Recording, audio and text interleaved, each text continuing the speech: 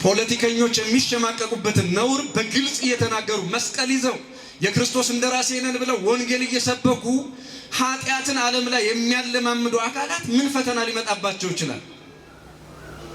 የጎባጣ አሽከር ያልሆነ ኦርቶዶክሳዊ ሃይማኖታችን ግን በየትኛውም ዓለም ላይ መከራ አለበት፣ ፈተና አለበት። እውነተኛው ቅድስና ላይ ሲሆን ክርስቶስን አይታችሁታል። ድንግል ማርያም እናታችን ቅድስት ድንግል ማርያም መጽሐፍ ቅዱሱ ላይ በብሉይ ኪዳን በሐዲስ ኪዳን ከሐና ከኢያቄም አባቷ ሐና እናቷ ኢያቄም የሚል አባቷ ኢያቄም እናቷ ሐና የሚል የለም። ከዘፍጥረት እስከ ራእይ ብትመለከቱ ከዚህ ተወለደች የሚል ቃል በቃል ስሟን ጠርቶ የአባቷን የእናቷን ስም ጠርቶ የሚናገር በብሉይ ኪዳንና በሐዲስ ኪዳን የለም። ታዲያ እኛ ከብሉይ ኪዳንና ከሐዲስ ኪዳን የማይቃረኑ የእመቤታችንን ዜና ሕይወት የጻፉ በዚህ ጉዳይ ላይ የተጻፉ መጻሕፍትን ስናይ አይ እሱማ ከመጽሐፍ ቅዱስ ውጭ ነው ይሉናል። ይግባችሁ። ከምን ውጭ ነው አሉ? አንቀበለውም ይላሉ። እንግዲህ ከቅዱስ ጳውሎስ ጋር ይጣሏ ዋና መመኪያቸው የሚሉትን ከጌታ ቀጥሎ እሱ አይደለም መማያቸው ሰዎች የሚምሉበት የሚመኩበት እዩት። ለቆሮንቶስ ክርስቲያኖች እስኪ ደግማ አይን ያላየው ጆሮ ያልሰማው በሰው ልብ ያልታሰበ እግዚአብሔር ለወዳጆቹ ያዘጋጀው ተብሎ እንደተጻፈ አለ። ወይም ከመወፃ ርኩስ መንፈስ ያውድ በዶሃ በአልቦ ማይ እነሆ ርኩስ መንፈስ ከወጣ በኋላ ውሃ ወደሌለበት ምድረ በዳ ይሄዳል፣ እንደገና ይመለሳል። ወደዚያ ሰው በጾም በጸሎት ካስወጣው ሰው እንደገና ይመለሳል። ሲመለስ እንደ ጥንቱ በትንሽ ጾም በትንሽ ጸሎት በትንሽ መንፈሳዊነት እንዳያስወጣኝ ይልና ወያመጽ ሰባተ አጋንንት ለአክው ምንየው ከሱ የሚከፉ 7 አጋንንት ያመጣል። ከሱ ጋር 8 ሆኑ ማለት ነው። ሰው የ8 አጋንንት ማደሪያ ይሆናል። ደግሞ በጣም የሚገርመኝ አጋንንት በአንድ ሰው እያደሩ 8 ሆነው አይጣሉም፣ ተግባብተው ይኖራል። ሰው ለማጣላት 8 ሰው አቤልና ቃይልን ታስታውሳላችሁ? 2 ሆነው ገሎታል ቃይል አቤልን። የሚገርም እኮ ሰይጣን ተፋቅሮ ይኖራል ሰውን ለማሳት። አቤልና ቃይል ደግሞ ሌላ ሰው በሌለበት ዓለም ላይ ብቻቸውን እየኖሩ በአንድ ዓለም ግን ጠበባቸው። ዓለም ሰፊውም ዓለም ጠበባቸው። ስለበዛን እኮ ዓለም እንጣለው ታውቃላችሁ። ጥንት የአንድ እናት ልጆች በነበሩበት ጊዜም ሞት ነበረ። ጠላት ነው አዋል ነው ሰይጣን ነው አክፉ እና 8 አጋንንት በአንድ ሰው ያድራሉ። ማቴዎስ እንደነገረ መድኃኒታችን ኢየሱስ ክርስቶስ እንዳስተማረ ሰው የአጋንንት ማደሪያ የሚሆነው እግዚአብሔር ሲለየው ነው። እግዚአብሔር የሚለየው መቼ ነው? ሰው ኃጢአት ሲሰራ። ቃት ብቸኛዋ በሐሳብ ድንግል የሆነች ብቸኛዋ የምድራችንም ፍጡር ድንግል ማርያም ብቻ እኮ ናት። ክርስቲያኖች የማትፈርሽ መቅደስ በሉ እስኪ እመቤታችን አንቺ ነሽ። ምን የማትይ መቅደስ አለ? ይህንን እንግዲህ የተናገረው ቅዱስ ኤፍሬም ዘመኑን ብታዩ ዘመነ ሊቃውንት ላይ የነበረ ነው። ከበቁ ከተቀደሱ አባቶች የተማረ ሊቅና ቅዱስ ነው። ከ306 እስከ 373 ዓመተ ምህረት እንደነበረ ይነገራል። ይህ ታላቅ አባት ብዙ በነገረ ክርስቶስ ላይ በነገረ ሥላሴ ላይ በነገረ ቤተ ክርስቲያን ላይ በርካታ ምስጢራት ላይ ብዙ ጽፏል። ነገረ ማርያምንም ለብቻው በተናገረበት ክፍል የማትፈርሽ መቅደስ አንቺ ነሽ አላት። ምናልባት በትርጓሜው እንግዲህ የነበራችሁ ያደመጣችሁ ሰዎች ሰምታችሁ ከሆነ በእድሜዋ ልክ ነው ይህንን ውዳሴ ማርያም የደረሰው። የእመቤታችን እድሜ ስንት ነው የምታውቁት? 64። ከሰኞ እስከ እሁድ ያሉትን ድርሰቶችን 64 ነው ያደረጋቸው ቅዱስ ኤፍሬም። ከዚህ ድርሰቶቹ መካከል የእሁድ የቅዳሜ ውዳሴ ማርያም የመጨረሻው ክፍል እንዲህ ይላል። የማትፈርሽ መቅደስ እመቤታችን አንቺ ነሽ። ምንድነው የማትፈርሽ መቅደስ ማለት? መቼም በዚህ ሰሞን እርግጠኛ ነኝ ይህንን ተምራችሁታል። ግን ባለፈው ተምራችሁታል ብለን ልንዘለው አንችልም። ወቅቱ ይሄ ነው እና ደግሞ የፈለገው ነገር ቢደገም ምናልባት ዛሬም ትንሳኤዋን ዛሬም እንትኗን ዛሬም ይሄን እንዳትሉ መምህሩ ራሱ የሆነ ቦታ ቢያስተምር መልሶ ሁሉ መድገም የሚችል አይመስለኝም። መድገም አይቻልም። እግዚአብሔር ያስተምራል ብለን እናምናለን። የሚያስተምረን አምላካችን እሱ ነው። እሱ ያስተምረን። የማትፈርሽ መቅደስ ሲል ከምን አንጻር ነው? 2 ነገሮችን እንማራለን።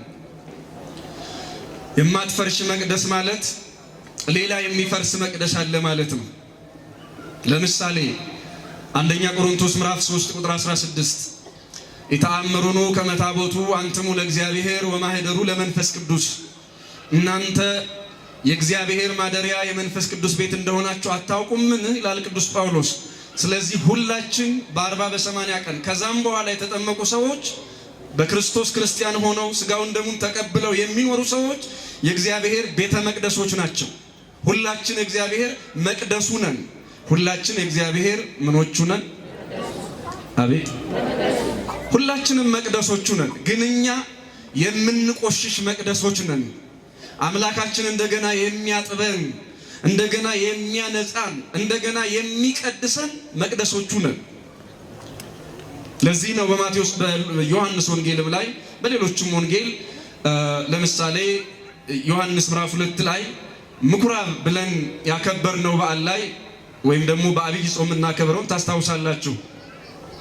ይህን ከዚህ አውጡ ብሎ ቤተ መቅደሱ የጸሎት ቤት ብቻ እንደሆነ ተናግሮ ነበረ። ያ ንግግር ያ ቁጣ ለህንፃ ቤተ መቅደስ መሐንዲስ ለሰራው ህንፃ እንዳይመስላችሁ።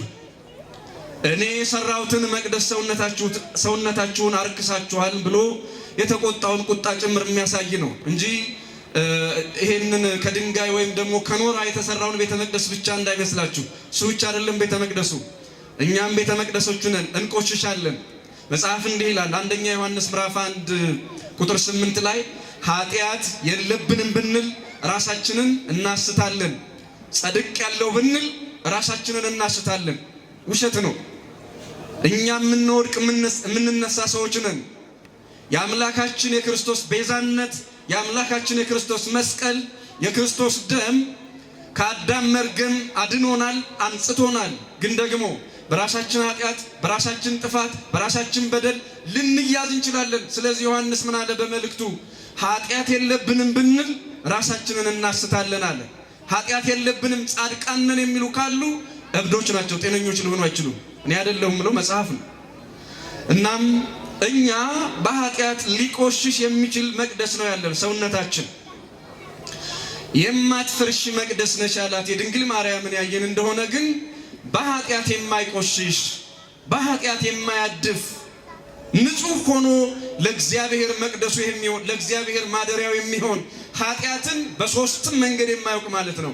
ነቢብ መናገር፣ ገቢር ማድረግ፣ ከዛ ማሰብ። መጀመሪያ ማሰብ ነው፣ ከዚያ መናገር ነው፣ ከዚያ ማድረግ ነው።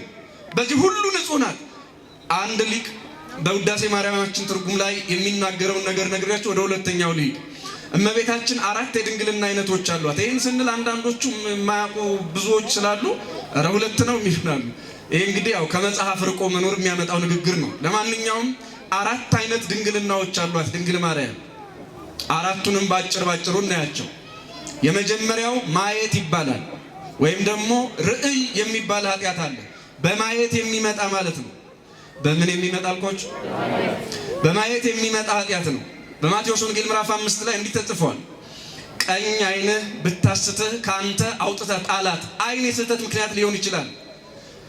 ዓይኖቿ የስህተት ምክንያት የኃጢአት ምክንያት እንዳይሆኑ ድንግል ማርያም ግን ዓይኖቿ በራሱ ደናግል ናቸው። ሁለቱም ዓይኖቿ የዓይን ድንግልና ያላት። ዓይን ሊያስት ይችላል። እናንተን እስኪ ልጠይቃችሁ፣ ሰው በዓይኑ አይቶ ወንድ ይሁን ሴት ይሁን ጾታ የሚያውቀው አውሬ ይሁን እንስሳ ይሁን ገደል ይሁን ድንጋይ ይሁን እሾህ ይሁን ለይቶ የሚያውቀው በዓይኑ ነው በአይምሮ ነው? እስኪ ንገሩ። አቤት የሚያይ ዓይን ነው። ዓይን ማወቅ ይችላል ወይስ አይችልም? እስኪ ልጠይቃችሁ፣ ዓይን ያውቃል? ዓይንህ አያውቅም እንድታውቁ። ብዙ ዓይን ያላቸው ግን በብዙ ነገር የተጎዳ አይምሮ ሲኖራቸው ወደ ገደል ሲወድቁ አይታችሁ አታውቁም? ስለማያዩ እኮ አይደለም፣ ገደሉ ምን እንደሆነ አይምሯቸው ስለማይነግራቸው። ስለዚህ ዓይን፣ ጆሮ እና ሌሎች የስሜት ሕዋሳት አንቅዕተ ሀልዮ ይባላሉ። የሐሳብ ምንጮች ናቸው። አያችሁ፣ ድንግል ማርያም የሐሳብ ድንግልና አላት ሲባል ምን ማለት እንደሆነ ተብራርቶ እዩት። ለጭንቅላታችን ለአይምሯችን ግብአት የሚሰጡ አሉ ሕዋሳቶቻችን። ለምሳሌ አንዱ ዓይን ነው። ሰው በዓይኑ ካየ በኋላ ያስባል። በአይምሮ ዓይኑና አይምሮ ስለሚናበብ ማለት ነው። ዓይኑ ለብቻው ማሰብ አይችልም። ስለዚህ የሐሳብ ድንግልና አላት ሲባል ድንግል ማርያም አይኖቿ ድንግል ስለሆኑ በማየት የሚመጣ ምንም አይነት ኃጢአት የለባትም። ተዘጋ ማለት ነው። ነቃ ሐሌው ይባላል። ይሄ አይን የሐሳብ ምንጭ ይባላል። አይን የምን ምንጭ አልኳችሁ? ስለዚህ የሐሳብ ኃጢአት እንዳይመጣ አይኗ በራሱ ድንግል ሆነ ማለት ነው። አንድ ሁለተኛ ጆሮዋ ደግሞ ሰሚ ይባላል። በግዕዙ በመስማት የሚመጣ ኃጢአት ነው። ምሳሌ ካስፈለጋችሁ ሔዋንን ውሰዱ። የመጀመሪያው ኃጢአት እዚህ ምድር ላይ የመጣ በጆሮ መሆኑን ታውቃላችሁ። መጽሐፍ ቅዱስ እንደዚያ ነው የሚለው። ኦሪት ዘፍጥረት ምዕራፍ 3 ቁጥር 1 ጀምራችሁ ተመልከቱ። ያ ዲያብሎስ ወደዚህ ምድር ወደ ገነት ገባ። ገነት ገብቶ ስስ ልቧን ያገኘው በንግግር ነው፣ በጆሮ አምላክ ትሆናላችሁ እንጂ አትሞቱም ብሎ ይህንን ክፉ ወሬ በጆሮ አስገብቶ ወይም በጆሮዋ ነግሮ ነው ልቧን የተቆጣጠረው፣ ኃጢአት ያሰራት። ድንግል ማርያም እንደ መጀመሪያዋ ሔዋን የጆሮ በደል እንዳይኖርባት ሰምታ እንዳትበድል ጆሮዋም ሳይቀር ድንግል ነው። ይሄ ሰሚ ይባላል። ሶስተኛ አጼንኦ ይባላል። ማሽተት ማለት ነው። በማሽተት የሚመጣ ኃጢአት አለ። በማሽተት ታሪኩን አልነግራችሁም አሁን። ነገር ግን ብትችሉ ስንክሳር ላይ ካልቻላችሁ ደግሞ ምናልባት በትርጓሜ ወንጌል የማቴዎስ ወንጌል ምዕራፍ 5 ላይ አባ መርትያኖስ የሚባል ጻድቅ አለ። አባ መርትያኖስ ማን አልኳችሁ? እስኪ ስሙን እንደገና። አንዲት ሴት በአፍንጫው ልትፈትነው ከበዓቱ ሄዳ በጸሎት በትህርምት በእውነተኛ ጾምና ጸሎት በእውነተኛ አምልኮ ላይ በሚኖርበት ስፍራ ሄዳ አሳድረኝ አለችው። ብቻዋን አይደለችም፣ በውስጧ ሌላ ጠላት አለ፣ ሰይጣን። እውነተኛው ጾም ላይ እውነተኛው ጸሎት ላይ እውነተኛው ስፍራ ላይ ከተገኘን ሰይጣን ዝም አይለንም፣ ታውቃላችሁ። ለዚያም ነው ዛሬ ኦርቶዶክሳዊነትና ኦርቶዶክሳውያን መከራቸውን የሚያዩት በዚህ ምድር ላይ። በየትኛውም የዓለም ዳርቻ ሃይማኖተኞችና ሃይማኖት አለ። ኦርቶዶክሳዊነት ላይ የደረሰውን መከራ እየደረሰ ያለውን ነገር ግን ያያችሁት እንደሆነ ሌላ ይለያል። በብዙ መንገድ ከዓለም ሐሳብ ጋራ ከሐሰተኛው ክርስቶስና ለሱ መንገድ ከሚጠርጉ አካላት ጋራ ህብረት የሌለው ኦርቶዶክሳዊነት ነው። ሌላውን ያያችሁ እንደሆነ ለምሳሌ በግልጽ ከሚነገረው አንዱ ልንገራችሁ። ምንም እንኳን የአፍሪካ መሪዎች አንቀበልም ብለው መግለጫ ቢያወጡም ባለፈው ጊዜ የሞቱት ፖፕ ፍራንሲስ የሚባሉት የካቶሊኩ መሪ የተመሳሳይ ጾታ ጋብቻን ፈቅደዋል አይደል? ሌሎችም እዚህ ከስዊድን ቸርች ጋር የሚሞዳሞዱ አካላት እንዳሉ እዚህ ሀገር ውስጥ በፕሮቴስታንት ስም ያሉ የታወቀ ነው። በእነሱ ሚዲያ የሰማነው ነው። ምን ልላችሁ ፈልጌ እነዚህን አሁን ሰይጣን ምን ብሎ ሊፈትናቸው ይችላል? ከሲኦል ውጡና ገነት ግቡልኝ ብሎ መከራ ሊያመጣባቸው አይችልም። ፖለቲከኞች የሚሸማቀቁበትን ነውር በግልጽ እየተናገሩ መስቀል ይዘው የክርስቶስ እንደራሴ ነን ብለው ወንጌል እየሰበኩ ኃጢአትን ዓለም ላይ የሚያለማምዱ አካላት ምን ፈተና ሊመጣባቸው ይችላል? የጎባጣ አሽከር ያልሆነ ኦርቶዶክሳዊ ሃይማኖታችን ግን በየትኛውም ዓለም ላይ መከራ አለበት፣ ፈተና አለበት። እውነተኛው ቅድስና ላይ ሲሆን ክርስቶስን አይታችሁታል። የማቴዎስ ወንጌል ምዕራፍ 4 ላይ ቁጥር 1 ጀምሮ ማቴዎስ ምዕራፍ 4 ቁጥር 1 ጀምሮ እዚያ ቆሮንቶስ ገዳም ላይ ለኛ ጾምን ሊያስተምር አራያ ሊሆነን ሲጾም ለኛ አራያ ሊሆን ለመነኮሳት አራያ ሊሆን ለገዳማውያን አራያ ሊሆን በገዳመ ቆሮንቶስ ሲጸልይ ዲያብሎስ እንዴት ትጥቁን አዘጋጅቶ ሄዶ እንዴት እንደፈተነው ታውቃላችሁ።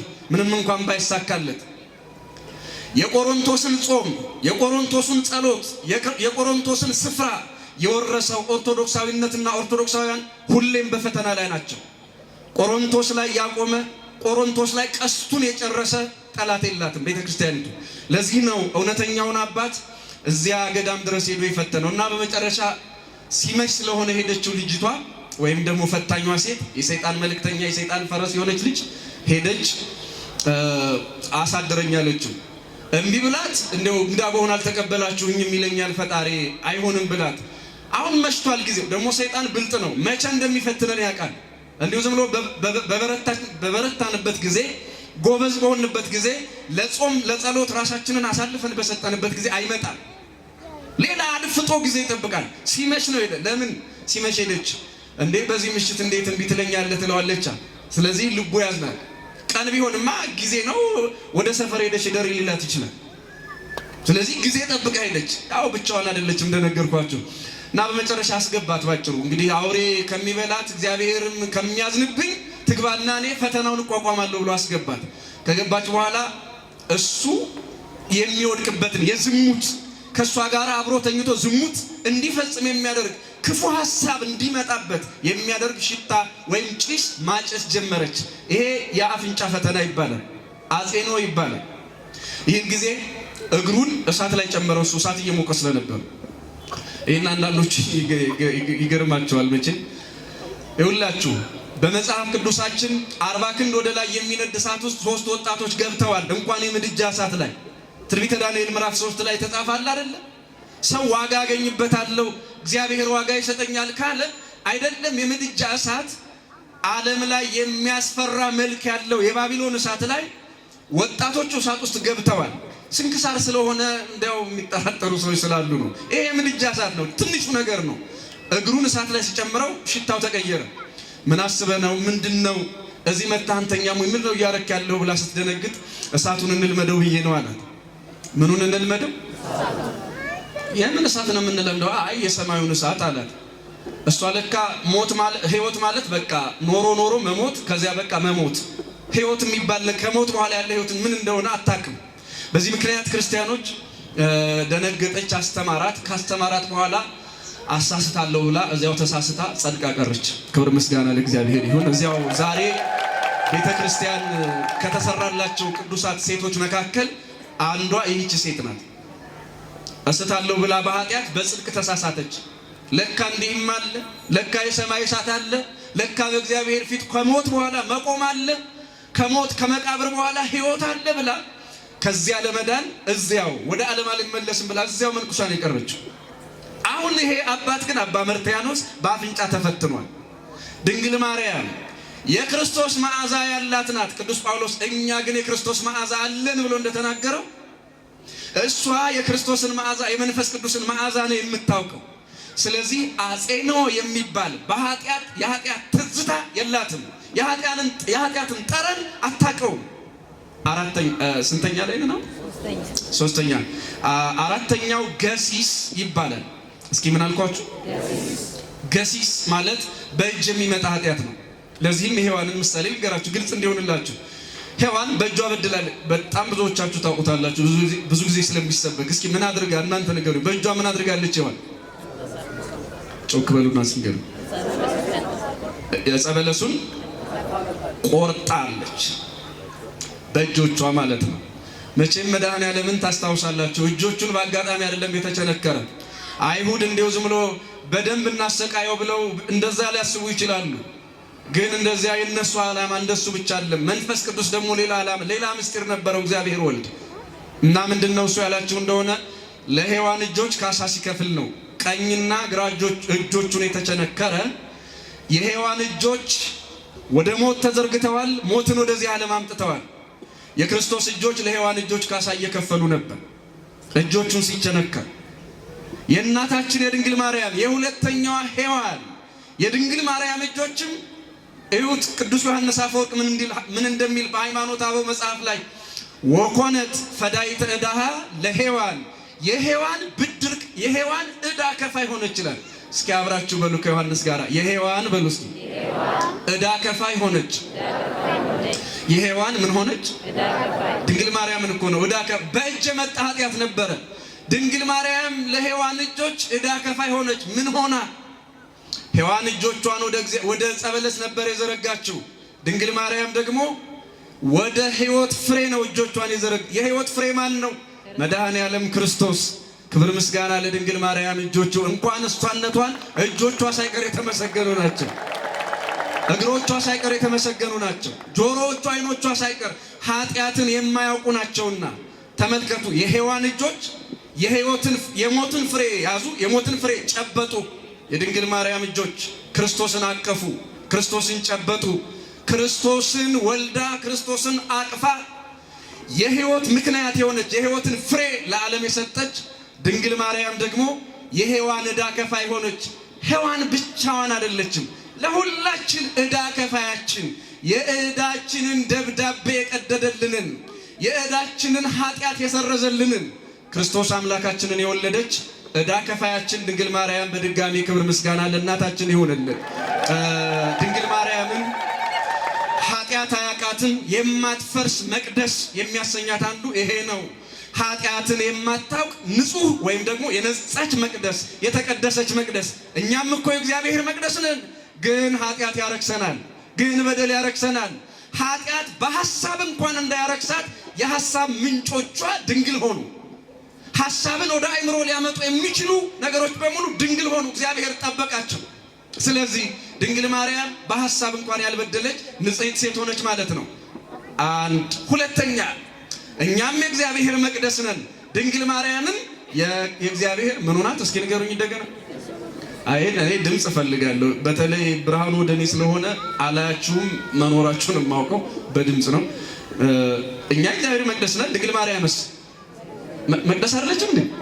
ስለዚህ አትጠራጠሩ። ድንግል ማርያም የእግዚአብሔር ምን ሆናት? ደግማችሁ ንገሩ። የእግዚአብሔር ምን ሆናት? እኛም ግን መቅደሱ ነን አይደለም እንዴ? ምንድነው የሚለያት? ሁለተኛው፣ የመጀመሪያው ገብቷችኋል ብዬ ተስፋ አደርጋለሁ። ሁለተኛው እዩት። እኛ ጋር ክርስቶስ ቢያድርብን፣ እግዚአብሔር ቢያድርብን በጥምቀት በስጋው በደሙ ነው። ከኛ ሊለይ ይችላል። ኃጢአት ስንሰራ ይለየናል አይለየንም? ይለያል። የማቴዎስ ወንጌል ምዕራፍ 12 ላይ ምናልባት ቁጥር 30 ቁጥር እንዳልሳሳት ማቴዎስ ምዕራፍ 12 ወም ከመወጣ ርኩስ መንፈስ ያውድ በዶሃ በአልቦ ማይ፣ እነሆ ርኩስ መንፈስ ከወጣ በኋላ ውሃ ወደሌለበት ምድረ በዳ ይሄዳል፣ እንደገና ይመለሳል። ወደዚያ ሰው በጾም በጸሎት ካስወጣው ሰው እንደገና ይመለሳል። ሲመለስ እንደ ጥንቱ በትንሽ ጾም በትንሽ ጸሎት በትንሽ መንፈሳዊነት እንዳያስወጣኝልና ወያመጽ ሰባተ አጋንንት ለአክው ምንየው፣ ከሱ የሚከፉ 7 አጋንንት ያመጣል። ከሱ ጋር 8 ሆኑ ማለት ነው። ሰው የስምንት አጋንንት ማደሪያ ይሆናል። ደግሞ በጣም የሚገርመኝ አጋንንት በአንድ ሰው እያደሩ 8 ሆነው አይጣሉም፣ ተግባብተው ይኖራል። ሰው ለማጣላት 8 ሰው አቤልና ቃይልን ታስታውሳላችሁ? 2 ሆነው ገሎታል ቃይል አቤልን። የሚገርም እኮ ሰይጣን ተፋቅሮ ይኖራል ሰውን ለማሳት። አቤልና ቃይል ደግሞ ሌላ ሰው በሌለበት ዓለም ላይ ብቻቸውን እየኖሩ በአንድ ዓለም ግን ጠበባቸው። ዓለም ሰፊውም ዓለም ጠበባቸው። ስለበዛን እኮ አይደለም የምንጣላው ታውቃላችሁ። ጥንት የአንድ እናት ልጆች በነበሩበት ጊዜም ሞት ነበረ። ጠላት ነው አዋል ነው ሰይጣን ነው አክፉ እና 8 አጋንንት በአንድ ሰው ያድራሉ። ማቴዎስ እንደነገረን መድኃኒታችን ኢየሱስ ክርስቶስ እንዳስተማረን ሰው የአጋንንት ማደሪያ የሚሆነው እግዚአብሔር ሲለየው ነው። እግዚአብሔር የሚለየው መቼ ነው? ሰው ኃጢአት ሲሰራ፣ እግዚአብሔርን ሲያሳዝን። ስለዚህ እኛ እግዚአብሔር ቢያድርብንም በኃጢአት ሊለየን ይችላል። የአጋንንት ማደሪያ ልንሆን እንችላለን። ድንግል ማርያምስ የእግዚአብሔር መቅደሱ የሆነችው እንዴት ነው ያለ እንደሆነ ድንግል ማርያምማ የእግዚአብሔር መቅደሱ የሆነችው ከሶስቱ አካላት ለአንዱ ለመድኃኔዓለም ለወልድ ለኢየሱስ ክርስቶስ እናቱ ልትሆን ነው መቅደሱ የሆነችው። እናቱ ልትሆን ምኑ ልትሆን አልኳችሁ? ብዙ እናቶች አላችሁ ክርስቶስ ያደረባችሁ። ክርስቶስ በእናንተ ያደረ፣ ክርስቶስን ግን መውለዳችን። በእመቤታችን በድንግል ማርያም ዘመንም ብዙ እናቶች ነበሩ እግዚአብሔር ያደረባቸው። ለምሳሌ ኤልሳቤጥ መንፈስ ቅዱስ አደረባት ተብሎ ተነግሯል። መንፈስ ቅዱስ ቢያድርባትም ለእናትነቷ የዮሐንስ እናት ትሆናለች እንጂ የክርስቶስ እናት መሆን ግን አትችልም። ግን ተመልከቱ፣ ድንግል ማርያምም እኛም የእግዚአብሔር መቅደሶቹ ነን። ድንግል ማርያም የእግዚአብሔር መቅደስ ስትባል ግን የተለየ መቅደስነት አላት። ያ መቅደስነት ምንድነው? ኢየሱስ ክርስቶስ በእሷ ሲያድር ከስጋዋ ስጋ ከነፍሷ ነፍስ ነስቶ በእኛ ስጋ በእኛ ቁመት በእኛ መጠን ሊወለድ አምላካችን ክርስቶስ ከሷ ሊወለድ ከሷ ሰው ሊሆን በማኅፀኗ አድሯል። ስለዚህ እሷ መቅደስ ስትሆን ከኛ የተለየ ነው። በእሷ ያደረው ከሷ ሊወለድ ነው። በእኛ የሚያድረው ግን ከኛ ሊወለድ አይደለማ፣ ሊባርከን ብቻ ነው። መቅደሱ ሊያደርገን ብቻ ነው። በድንግል ማርያም ያደረው ማደር ግን ከስጋዋ ከስጋ ከነፍሷ ነፍስ ነስቶ ምን ሊሆን ነው? ሊወለድ። ስለዚህ የኛና የሷ ይለያል። ሶስተኛና የመጨረሻው የትምህርታችን ማዕከል የዛሬው በዓል የማትፈርሽ መቅደስ አንቺ ነሽ አላት። እኛ ምን ፈርስ መቅደሶች ነን። ምን ያፈርሰናል? ሞት ያፈርሰናል። ምን ያፈርሰናል? አቤት ትጠራጠራላችሁ? ሞትን የምትጠራጠሩ ሰዎች አላችሁ? እሺ አይበለውና ከጥቂት ደቂቃ በኋላ ዝናብ ሊዘንብ ይችላል፣ ላይዘንብም ይችላል። እውነት አሰብ ንገሩኝ እንጂ እውነት።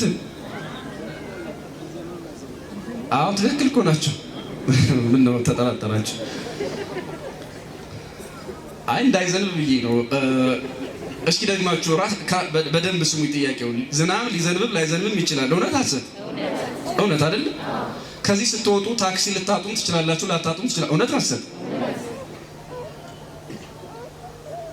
ነጋዴው ነግዶ ያመጣውን በውድ ዋጋ ገዝቼዋለሁ አትርፌ እሸጠዋለሁ ካለ በኋላ ሊከስርም ላይከስርም ይችላል። እውነት አሰብ ልንሞትም ላንሞትም እንችላለን። እውነት አሰብ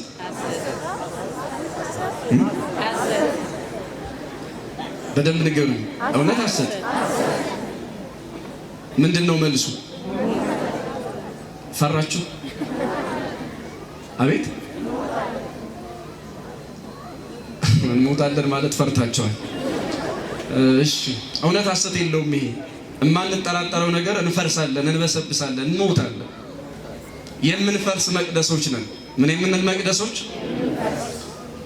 ድንግል ማርያምስ ያላችሁ እንደሆነ የማትፈርስ መቅደስ ናት። ምን የማትል መቅደስ? አዎ ሞታለች። ማትሞት ማለት አይደለም ማትፈርስ ማለት። ሞታለች። ጥር 21 ቀን በ59 ዓመተ ምህረት ድንግል ማርያም አርፋለች። ነፍሷ ከስጋዋ ተለይታለች። ግን ደግሞ አንድ ነገር አንረሳም። ስጋዋ በመቃብር አልፈረሰም፣ አልበሰበሰም። ስጋዋ በመቃብር አልፈረሰም፣ ምን አላለም? የማትፈርሺ መቅደስ ነሽ የሚላት እንደ ሰው ብትሞት እንኳን ሰው ስለሆነች፣ እንደ ሴት ብትሞት እንኳን ምንም የአምላክ እናት ብትሆን ሞት ይስማማታል። መለኮት እንኳን በስጋ ሞቷል። ድንግል ማርያም መለኮት አይደለችም፣ ሞት ይስማማታል።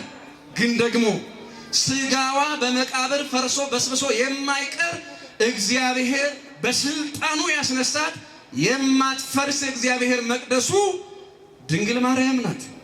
ስለዚህ የማትፈርሺ መቅደስ አንቺ ነሽ ማለት ሞትም ትሞቻለሽ፣ ግን መቃብር አፍርሶ በስብሶ አያስቀርሽም፣ ልጅሽ ያስነሳሻል። እስኪ ለዚህ መጽሐፍ ቅዱሳዊ አንዳንድ ነገሮችን ዳዊት በመዝሙሩ እንዲህ አለ። መዝሙር 132 ላይ በቅንፍ ማለት ነው 131 ማየት ትችላላችሁ። እስኪ አብራችሁ ይበሉ ከነብዩ ዳዊት ጋር አቤቱ በሉ እስኪ ወደ እረፍትህ ተነስ አንተና የመቅደስህ ታቦት። በጣም የለመድነው ቃላችን ነው፣ ትምህርታችን ነው። አንተና አለ አብ አልሞተም፣ አብ አይነሳም። አንተና ማን ሊል ነው? መንፈስ ቅዱስ አልሞተም፣ መንፈስ ቅዱስ አይነሳም።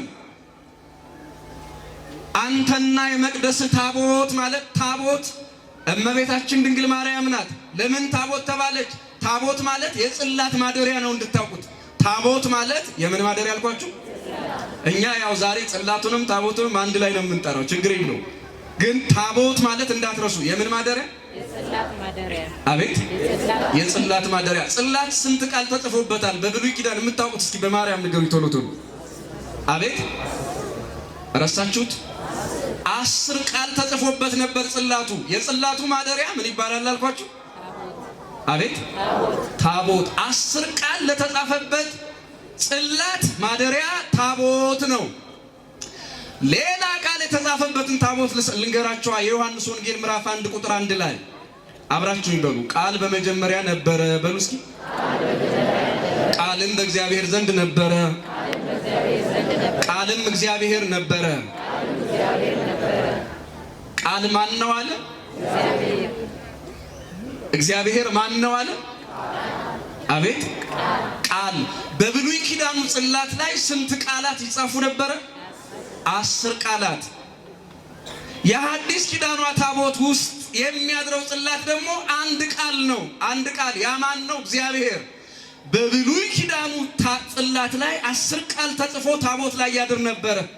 10 ቃል ተጽፎ። በእኛ ታቦት ላይ ግን አንድ ቃል አለ፣ እሱም እግዚአብሔር ነው። እግዚአብሔር ወልድ ኢየሱስ ክርስቶስ መጥቶ ያደረባት ታቦታችን የአንድ ቃል የእግዚአብሔር ወልድ የኢየሱስ ክርስቶስ ማደሪያ ታቦቱ ድንግል ማርያም ናት። አንተና የመቅደስህ ታቦት የተባለችው ድንግል ማርያም ናት። ስለዚህ አንተና የመቅደስህ ምን አለ? ሞቶ የተነሳ ሌላ የምናውቀው በመጽሐፍ ቅዱስ ወይም በሌላ መጽሐፍ የለማ። አልዓዛር ሞቶ ተነስቷል፣ ግን 40 ዘመን ከቆየ በኋላ እንደገና ሞቷል። ሌሎችም ሞት ተነስተው ነበረ፣ ግን እንደገና ሞተዋል። ላትሞት በአዲስ ስጋ የማይራብ የማይጠማ የማይደክም ስጋ የተነሳች ከፍጡራን መካከል ተለይታ ማን ብቻ ናት ማለት ነው? አቤት! እንግዲህ ወጣቶቹ ከዚህ በኋላ እምላችሁ ነገር ይገባችኋል። አንዳንዶቹ ይሄን የዛሬ በዓል ስናከብር የሚያሽሟጥጡ ምን የሚሉ በተለይ ማህበራዊ ሚዲያ ላይ መቼስ ለጉድ ነው። መቼስ ጆሮ ያው ካላሳለፋችሁት በግድ ይመጣል ስልካችሁ ላይ እና ምን ይሉናል መሰላችሁ? ተነሳች የሚል መጽሐፍ ቅዱስ ላይ እኮ የለም። እነዚህ ኦርቶዶክሶች ደግሞ ከየት ነው የሚያመጡት? እስኪ አንድ የመጽሐፍ ቅዱስ ይሉናል። እንዲህ ስትጠይቋቸው ደግሞ አይ ይሄማ ምንድነው ይሄ ለማርያም ለመሆኑ ምንም እያለ በቃ ይቀጥላል ባጭሩ። ከዚያ ደግሞ ብሉይ ኪዳንን ይተውና ግን እኮ እመቤታችን ቅድስት ድንግል ማርያም እሺ ልትነሳ ትችላለች፣ ግን ሐዲስ ኪዳን ላይ ስለ ድንግል ማርያም ትንሣኤ ሐዲስ ኪዳን ማለት በመደበኛው መጽሐፍ ቅዱስ 27 ቁጥሮች አሉት። እዚህ መጽሐፍ ቅዱስ ላይ አብሮ ያለው ማለት ነው። 27 መጽሐፍ ቅዱስ የክፍሎች አሉት መጽሐፍ ቅዱሱ። ስንት ክፍሎች አልኳችሁ? ለምሳሌ ማቴዎስ፣ ማርቆስ፣ ሉቃስ፣ ዮሐንስ፣ የጳውሎስ 14ቱ መልእክታት፣ የጴጥሮስ ራእዩ እንዲህ እያለ 27 ይሆናል። በእነዚህ በሐዲስ ኪዳን 27 መጻሕፍት ውስጥ እስኪ ድንግል ማርያም ሞታ ተነሳች የሚሉ አሳዩን ይላሉ። ብሉይ ኪዳኑን ትተው እሺ እንደው ብሉይ ኪዳኑን እንተው ችግር የለው። ብሉይ ኪዳኑን አይቀበሉ፣ የዳዊትን መዝሙር አይቀበሉ። እሺ ክርስቲያኖች እስኪ አንድ ጥያቄ እንጠይቃችሁ፣ ወይም የምታውቁ ከሆነ ራሳችሁን ጠይቃችሁ። እኛ እንማር ተውት። ሌላው ድንግል ማርያም ተወለደች የሚል በሐዲስ ኪዳን ያለ ይመስላችኋል ወይስ የለም? እስኪ ጥያቄውን ለመልስ እንዲመችል አድርገው። ድንግል ማርያም ተወለደች የሚል በሐዲስ ኪዳን አለ የለም? እውነት ሐሰት ማለት አለ የሚል አለ፣ እውነት ሐሰት ጋር ሞታ ተነሳች ስንል እንዴ መጽሐፍ ቅዱስ ላይ የታለ ይሉናል። ተመልከቱ፣ ሞታ ተነሳች ስንል መጽሐፍ ቅዱስ ላይ የለም ይሉናል። መጽሐፍ ሐዲስ ኪዳን ላይ የለም። ምን ላይ የለም? በደንብ ለማለት የፈለኩት እንዲገባችሁ ፈልጋለሁ።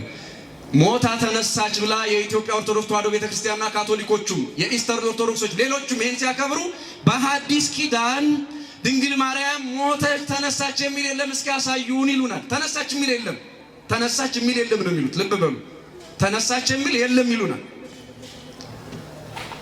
ሞቷን ግን ታመች ይሏቸዋል። እሺ ሞተች የሚል ከመጽሐፍ ቅዱስ አምጡልን ስትሏቸው የለም። ተመልከቱ፣ በመጽሐፍ ቅዱስ ያልተጻፈ ሞቷን አምነው በደንብ ይግባችሁ። በመጽሐፍ በሐዲስ ኪዳን ያልተጻፈ ሞቷን አምነው ያልተጻፈውን ሞቷን አምነው ያልተጻፈውን ትንሣኤዋን ግን አንቀበልም ይላሉ። ሁለቱስ ምንድን ነው ልዩነቱ? ሁለቱም እኮ አልተጻፈም። ሞተች የሚል አልተጻፈም፣ ተነሳች የሚል አልተጻፈም። በሐዲስ ኪዳን እዩት፣ በሐዲስ ኪዳን ነው እያልኳችሁ ያለሁት። በምን ኪዳን አልኳችሁ? በሌላ መጽሐፍ ሰዓቱ ከበቃኝ እመጣበታለሁ፣ ችግር የለው። በሐዲስ ኪዳን ሞተችም ተነሳችም የሚል የለም እዚህ እጃችን ላይ ባለው መጽሐፍ ቅዱስ። እነዚህ የድንግል ማርያም ጠላቶች ግን ጠላት በነገራችን ላይ የሰው ጠላት የላትም። ቆይ እመጣበታለሁ፣ እሱም ጊዜ የሚበቃ ከሆነ። የሰው ጠላት ግን የለም። ድንግል ማርያም ሞተች የሚል 27ቱ መጽሐፍት ውስጥ የለም። ተነሳችም የሚል የለም። ልብ በሉ ክርስቲያኖች። የማርያም ጠላቶች ግን ድንግል ማርያም ሞተች የሚለውን ከመጽሐፍ ቅዱስ አምጡልን ስትላቸው አይ ባይኖርም እናምናለን ይላሉ። ሞተች የሚለው ባይኖርም እናምናለን። እንዴ ተነሳች የሚለው ባይኖርስ ለምን አታምኑ? ምን አይነት ነገር ነው ክርስቲያኖች? አይገርም? ሲጀመር ተወለደች የሚል የለም አዲስ ኪዳን ላይ። እንደውም እኛ እኮ አዝነንላቸው እንጂ እንደውም አልሞተችም ብንል ሁሉ እንችላለን። መከራከሪያ የላቸውማ። ምን ሊልህ ይችላል?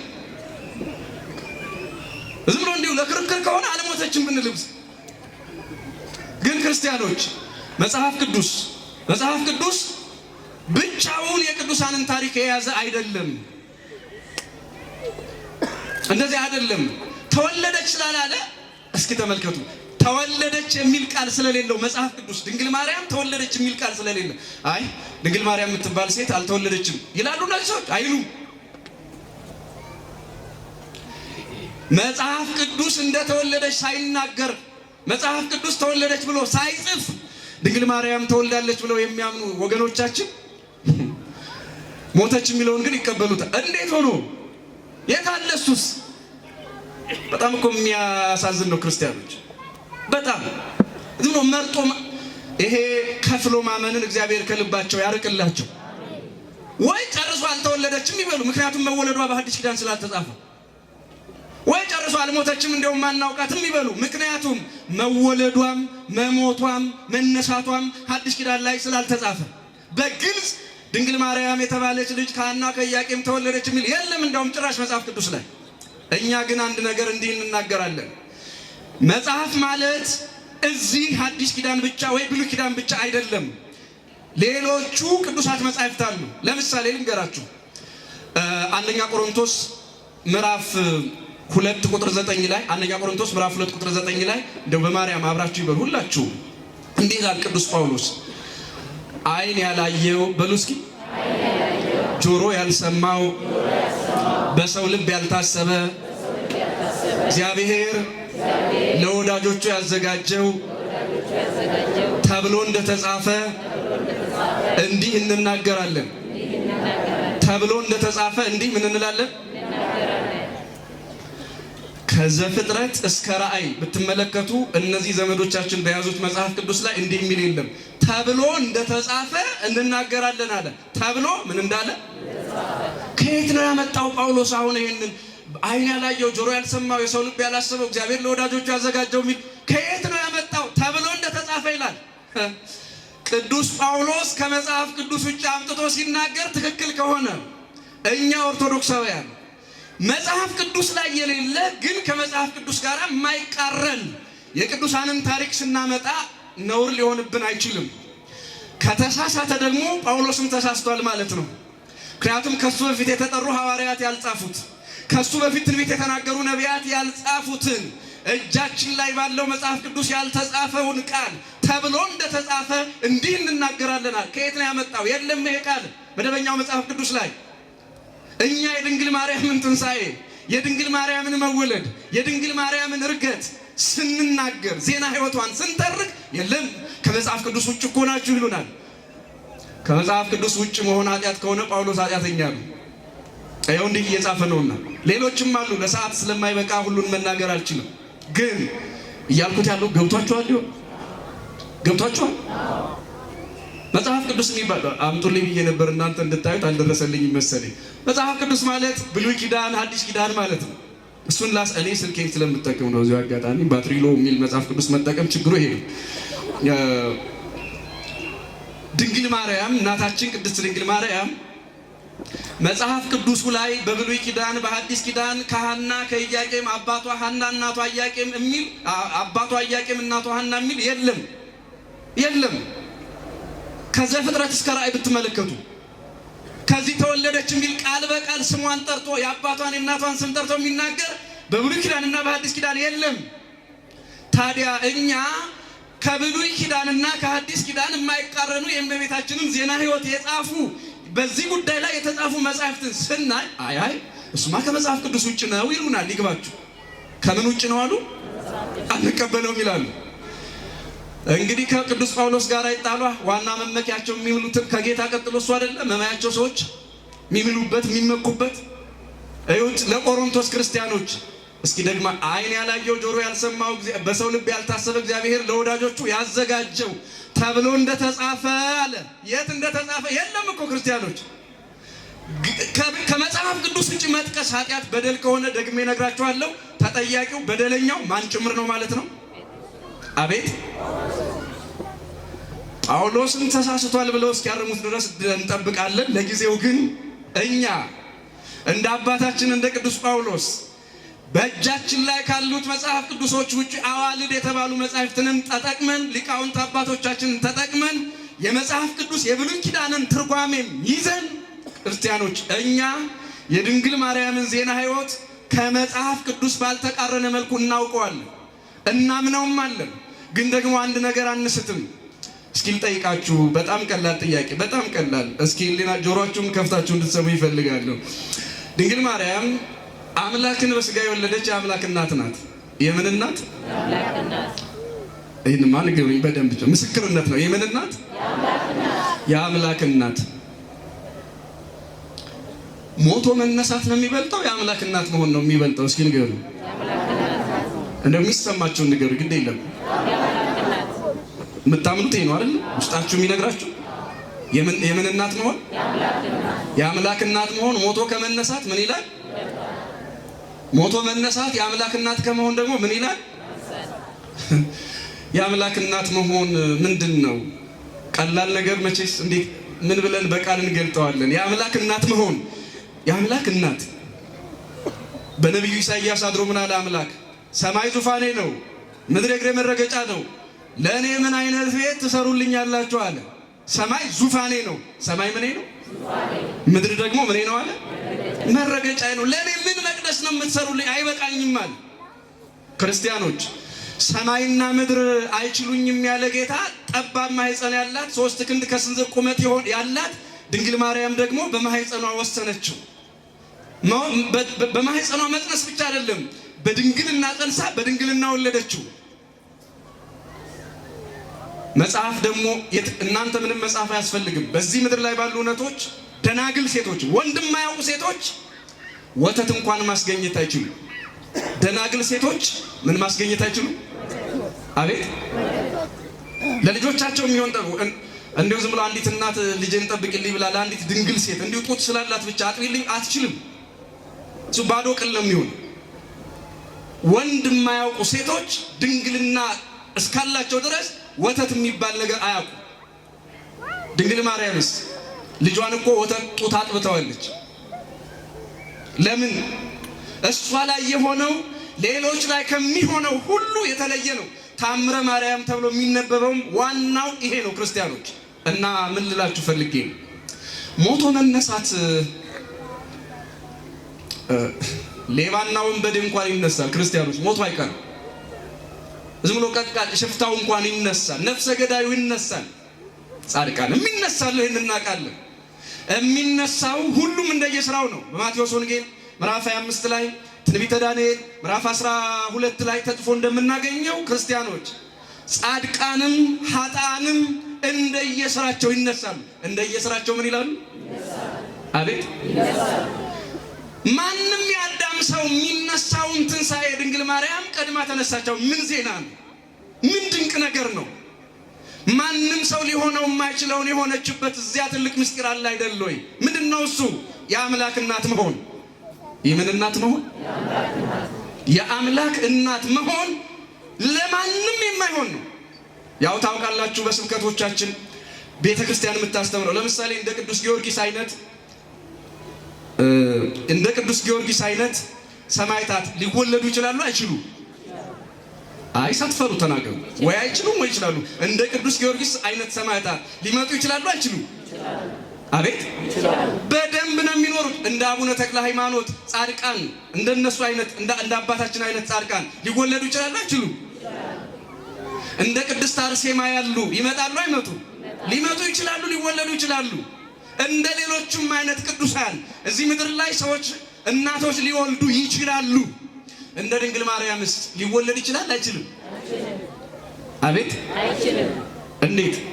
ያምላክና በድንግልና ጸንሳ በድንግልና ልትወልድ የምትችል ምንም አይነት ሴት ምድር ላይ ደግማ አትፈጠርም። እስከዛሬም አልተፈጠረችም። አንዲት ሴት ብቻ አምላክን ልጄ ማለት ትችላለች። አንዲት ሴት ብቻ በድንግልና ጸንሳ በድንግልና ወልዳለች። እንደ ድንግል ማርያም አይነት ሴቶች በምድር ላይ ከዚህ በኋላ ሊመጡ አይችሉም፣ የሉም። ብዙ ጻድቃንን የሚመስሉ ጻድቃን ሊወለዱ ይችላሉ። ብዙ ቅዱሳንን የሚተኩ የሚመስሉ ሰማዕታት ሊወለዱ ይችላሉ። ነገር ግን ድንግል ማርያምን ሆኖ አምላክን ልጄ ማለት የምትችል ሴት በምድራችን ላይ የለችም፣ አትኖርም። ድንግል ማርያም ብቻ አምላኳን ልጄ ብላለች። ድንግል ማርያም ብቻ በድንግልና ጸንሳ በድንግልና ወልዳለች። የማትተካዋ የምድራችን ብቸኛዋ ሴት ድንግል ማርያም ብቻ ናት። ክብር ምስጋና ለዚህች እናታችን ይሁንልን። ሌሎች በሙሉ ይተከና። ምንድነው ድንቁ? ዓለም ሁሉ መሆን የማይችለውን የሆነችው መሆን ነው የሚደንቀው? ወይስ ደግሞ ፍጥረት ሁሉ የሚሆነውን ማንም ሰው ሊነሳ የሚችለውን ትንሣኤ መነሳት ምንድነው ድንቁ? እውነት ነው የድንግል ማርያም ትንሣኤ ክብር ነው። ሌባውን በደም የሚነሳው በሐሳር ነው፣ ለገሃነም ነው። ግን መነሳቱ አይቀርም፣ ይነሳል። ድንግል ማርያም የተለየችው ቀድማ በመነሳቷ ብቻ ነው። ቀድማ ምን በማለቷ? አቤት ከሰው ሁሉ መርጦ እናቱ አድርጓታል። እስኪ አብራችሁ ይበሉ። ከሰው ሁሉ መርጦ በሉ። እናቱ ያደረጋት ጌታ ከፍጥረት ሁሉ አስቀድሞ አስነሳት። ከሰው ሁሉ መርጦ ምን አደረጋት?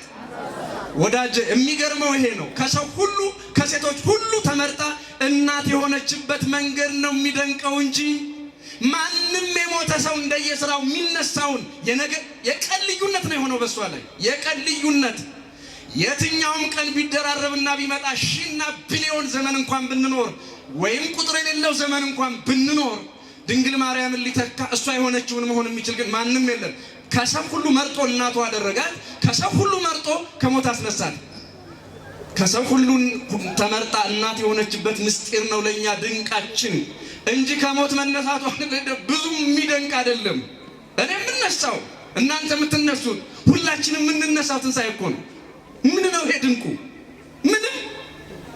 ታዲያ ሊቃውንት አባቶቻችን ቅድም የነገርኳችሁን የነቢዩ ዳዊትን መዝሙር ይዘው ምን አሉ? እንዴት አብራሩት የሚለውን እስኪ አንድ ሊቅ ብቻ ልናገርና ሁለተኛ ሌላ አንዲት ቃል ተናግሬ ትምህርቱን ልቋጭ። አላችሁ ግን እየሰማችሁኝ ነው? እግዚአብሔር ከእናንተ ከሁላችን ጋር ይሁን። እስኪ ምንድነው ስለ ድንግል ማርያም አባቶች ምን አሉ? እንዳልኳችሁ ቅዱስ ኤፍሬም የመጀመሪያው መነሻችን ነው። የማትፈርሺ ምንድን ነሽ አላት። አባ ዮሐንስ ዘደማስቆ ደግሞ ከቅዱስ ኤፍሬም በኋላ የተነሳ ሊቅ ምን አለ መሰላችሁ? ድንግል ማርያም አለ። እስኪ አብራችሁ ይበሉ። ድንግል ማርያም በወለደች ጊዜ ማኅተመ ድንግልናዋ እንደተጠበቀው በሞተችም ጊዜ ድንግልናዋ ስጋዋ እንደተጠበቀ ነው። ድንግል ማርያም በወለደች ጊዜ ድንግል ነበረች፣ ድንግልም ናት። በሞተችም ጊዜ ስጋዋ ድንግል ነው አለ። ድንግል ስጋ ማለት ያልፈረሰ ያልበሰበሰ ማለት ነው። ድንጋይና አፈር ተጭኖ ያላበሰበሰው ማለት ነው። በወለደች ጊዜ ድንግል እንደሆነችው ሕቱም ስጋ እንደነበራት የታተመ ማኅፀን እንደነበራት በሞተችም ጊዜ ድንግል ማርያም ስጋዋ ድንግል ነው አለ። ስጋዋ ምንድን ነው? ድንግል ማለት ጾታ፣ ይሄ ወንድ የማወቅ ያለማወቅ ብቻ እንዳይመስላችሁ። ቅድም አይኗ ምንድን ነው ብያችኋለሁ። አቤት ሁሉ አካሏ በቃ ድንግል ነው አለ። ክብር ምስጋና ለእናታችን ይሁንልን። በእውነት ከእግር ጥፍር እስከ ራስ ፀጉር ድንግል ማለት ይሄ ነው። እኛ ብዙ አባቶች ብዙ ቅዱሳንን እናውቃለን። ለታሪክ አሁን አይመችም። ያው እንግዲህ ፕሮግራሞቹ ሰፋ ያሉ ስለሆኑ በዓይኖቻቸው በድለው ቅዱስ የተባሉ አሉ፣ ግን እግዚአብሔር ይቅር ያላቸው። በጆሮ በድለው ይቅር የተባሉ ቅዱሳን አሉ። በነቢብ በገቢር ኃጢአትን አድርገው የበደሉ አሉ። ድንግል ማርያም ግን ምንም ኃጢአት ወደ እሷ እንዳይኖር እግዚአብሔር መንፈስ ቅዱስ የጠበቃት ብቸኛዋ በሐሳብ ድንግል የሆነች ብቸኛዋ የምድራችንም ፍጡር ድንግል ማርያም ብቻ እኮ ናት ክርስቲያኖች። ስለዚህ ቅዱስ ይሄ ሊቁ ማለቴ ነው። ሊቁ ዮሐንስ ዘደማስቆ ምን አለ? በወለደ እስኪ እንደገና አንድ ጊዜ መጨረሻ ጊዜ በወለደች ጊዜ ይበሉ እስኪ ስጋዋ ድንግል እንደሆነ በሞተችም ጊዜ ስጋዋ በመቃብር ድንግል ነው። ደግማችሁ እስኪ አመስግኗት እናታችን ድንግል ማለት። ቀጥሎ የምነግራችሁና የመጨረሻ ሐሳቤ የሚሆነው ዮሐንስ አፈወርቅ መናገሩ ምን ይገርማል፣ ቅዱስ ኤፍሬም መናገሩ ምን ይደንቃል፣ ዮሐንስ ዘደማስቆ መመስከሩ ትንሣኤዋን ምን ይገርማል፣ ዳዊት በመዝሙሩ መናገሩ ምን ይገርማል። የሚገርም ነገር ልንገራችሁ። እንደው አንዳንዶቹ ይከራከሩና አረ እንደዚህም አለ አባታችሁ ስንላቸው ማርቲን ሉተር ምን አለ መሰላችሁ? ድንግል ማርያም በሰማይ ናት አለ። ድንግል ማርያም በየት ናት? ይህ እንዴት ሆነ እኔ አላውቅም አለ። እስኪ አብራችሁ በሉ መቼስ ይሄንን ማን በለው እንጂ ድንግል ማርያም እስኪ በሰማይ ናት። ይህ እንዴት ሆነ እኔ አላውቅም። እኛ እናውቃለን እንግዲህ መነሳቷን ግን አምናለሁ አለ። ትውፊት ያምናል። በነገራችን ላይ የዘንድሮዎቹ ያሁኖቹ ናቸው ያስቸገሩን እንጂ የጥንቶቹ ሉትራን ቸርቾችን ብትመለከቱ እንደዚህ አይነት ጥላቻ የላቸውም በነገረ ማርያም ነው በፍጹም የላቸውም። እና እኔ በጣም የሚያስቀኝ አንዳንዴ ኦርቶዶክስን ልናድስ ነው የሚሉ አንዳንድ ትንሽ ያሉ መርጌቶች አሉ ከኦርቶዶክስ ቤተክርስቲያን ይሄዱ ብትታደስ እኮ እኛም እዚያ ማገልገል እንፈልጋለን ይላል። ወደ ጥንተ ኦርቶዶክስን መልሳት ብለን ነው ይላሉ። ፕሮቴስታንት ራሱ ወደ ኋላ በተመለሰ ተውት፣ ኦርቶዶክሳዊነትን ተውት። ፕሮቴስታንት ራሱ ወደ ኋላ ቢመለስ የድንግልን ክብር የሚንቅ አይደለም፣ የድንግልን ትንሣኤ የሚረሳ የሚክድ አይደለም። ምን እሱ ብቻ ስዊዘርላንዳዊ ደግሞ ቡሊንገር ይባላል። ይሄ የኤልያስን እርገትና የድንግል ማርያምን ትንሣኤ አነጻጽሮ የሰበከ ሰው ነው። ቡሊንገር ይባላል ይሄ ሰው። የፕሮቴስታንቶቹ አባት ነው። ክርስቲያኖች ቤተ ክርስቲያናችን በነገረ ማርያም ላይ የምትናገረው የጠላት ምስክርነት እንኳን የነበረው ነው። ወይ መጽሐፍ ቅዱስን አያምኑ፣ ወይ የእምነት መስራቾቻቸውን አያምኑ። የዘመናችን ሰዎች ናቸው የሚያስቸግሩ። በጠላት አንደበት የተመሰከረ እውነት ነው ይሄ ነገር። ክርስቲያኖች እንዴት ሆነኛና ድንግል ማርያም በሰማይ ናት አለ። አንዱ ኮሜንት ምን አደረገ? አንድ ጽሁፍ ላይ የኔ ጽሁፍ አዎ ነፍሷ እኮ በሰማይ ነው። አሃ የነፍሷን በሰማይ መኖር ተጠራጥሮ ነው እንዴት ሆነ የሚለው? አብርሃም ባለበት ገነት ድንግል ማርያም ትቀራለች ብሎ ነው? ጻድቃን በገቡበት ገነት ድንግል ማርያም አትገባ ይሆን ብሎ ተጠራጥሮ ነው? ድንግል ማርያምማ በገነት ናት፣ ግን ነፍሷ ነው እንጂ ስጋዋ የለም ሊለን እኮ ነው። ሉተር የድንግል ማርያምን ነፍሷን ተጠራጥሮ አይደለም ይህ እንዴት ሆነ ያላውቅም ያለው፣ በስጋ መነሳቷ ስላልተገለጠለት ነው። በስጋ ለኛ ግን የእግዚአብሔር መቅደስ ስትባል አንተና የመቅደስ ምን ነበር ቅድም ያልኳችሁ? የሚገርማችሁ ታቦት የሚሰራበትን ነገር ልንገራችሁና ያ ቅድም ነገራችኋለሁ ወዳልኩት ነገር ልሂድ። ታቦት የሚሰራው ከማይነቅዝ እንጨት ነው። ታቦት የሚሰራው ምን ከማይል እንጨት? አቤት የኛ ሰዎች ሸምሸር ሰጥር ይሉታል። ሸምሸር ሰጥር ይሉታል። ማይነቅዝ እንጨት። ካልጠፋ ነገር የማይነቅዝ እንጨት ለምን እንደተመረጠ ታውቁ ይሆን ክርስቲያኖች? የማይነቅዝ እንጨት አፈር ውስጥ ቢገባ የማይነቅዝ ታስታውሳላችሁ። ኖህ የሰራው ብረት አይደለም እንጨት ነው። ከብዙ እንጨት ነው መርከብ የሰራው። ያ መርከብ በእንጨት የማይበሰብስ ነው። መርከቡ በውሃ የማይበሰብስ ነው። በምን የማይበሰብስ? ከእስከ ሰማይ ከፍ ያለ ውቅያኖስ መጥቶ ሰማይና ምድር ተገለባብጦ በነበረበት ጊዜ የማይበሰብስ እንጨትን መርከብ ሰራበት። ታቦት እንዲህ ነው የተሰራው። ቅዱስ ያሬድ ምን አለ ሲያመሰግን ድንግል አመኖ ይእቲ መድኃኒት እንተኮነት አንቀጸ ሕይወት ብሎ ለእመቤታችን ቤተክርስቲያን ቅድስት በማለት እሱ ቤተክርስቲያን ማለት የክርስቶስ አካል ነው። ያ የክርስቶስ አካል ከምትባለው ቤተክርስቲያን ደግሞ ዋናዋ እመቤታችን ድንግል ማርያም ናት። ተመልከቱ ክርስቲያኖች፣ ታቦት እንተኖህም ይላታል። ታቦት እንተኖህ ድንግል ማርያምን የኖህ ታቦት ማለት ነው። አባ ሕርያቆስ ታቦት ከማይነቅዝ እንጨት ከማይበሰብስ እንጨት አፈር ከማያበሰብሰው እንጨት ነበር ሲሰራ የነበረው። እግዚአብሔር ድንቅ ነው ክርስቲያኖች። በዕብራውያን መልእክቱ ቅዱስ ጳውሎስ ዕብራውያን ምዕራፍ 9 ቁጥር 4 ጀምሮ በዚያ በድንኳኑ ውስጥ የአሮን በትር ነበረች፣ ታቦት ነበረ፣ መሶበ ወርቅ ነበረ እያለ ይናገር። በድንኳኑ ውስጥ የማይለዩ ከመቅደሱ ውስጥ የማይጠፉ የተለያዩ የብሉይ ኪዳን መገልገያዎች ነበሩ። ከነዚያ ውስጥ አንዱ ታቦት ነው። የቃል ኪዳኑ ማደሪያ ማለት ነው። የጽላቱ ማደሪያ እና ክርስቲያኖች ታቦት የማይነቅዝ የማይበሰብስ አፈር ውስጥ ሊገባ እንኳን የማይነቅዝ የማይበላሽ እንጨት ከሆነ ለድንግል ማርያም ምሳሌ እንዴት እንደሆነ እንዲሁ ሳልናገረው የሚገባችሁ ይመስለኛል። የማይነቅዘው የማይበሰብሰው የታቦት እንጨት የድንግል ማርያም ምሳሌ ነው። ለምን? ድንግል ማርያም ተቀብራለች፣ ግን አልፈረሰም ስጋዋ፣ አልበሰበሰም ስጋዋ። ለዚህ ነው የአማናዊው ጽላት የኢየሱስ ክርስቶስ ማደሪያ የሆነችው ታቦት ድንግል ማርያም የማይነቅዝ እንጨት ምሳሌዋ የሆነው አፈር የማይበላው እንጨት ምሳሌዋ የሆነው ታቦቱ ማለት ነው። የቃል ኪዳኑ የጽላቱ ማደሪያ ታቦት የማይነቅዝ የማይበላሽ እንጨት ነው። በተመሳሳይ መልኩ ድንግል ማርያም ተቀብራለች፣ ግን አፈር አላበሰበሳትም። ድንግል ማርያም ተገንዛለች፣ ድንጋይ ተጭኖ አላስቀራትም። ማን አስነሳት? ክርስቲያኖች።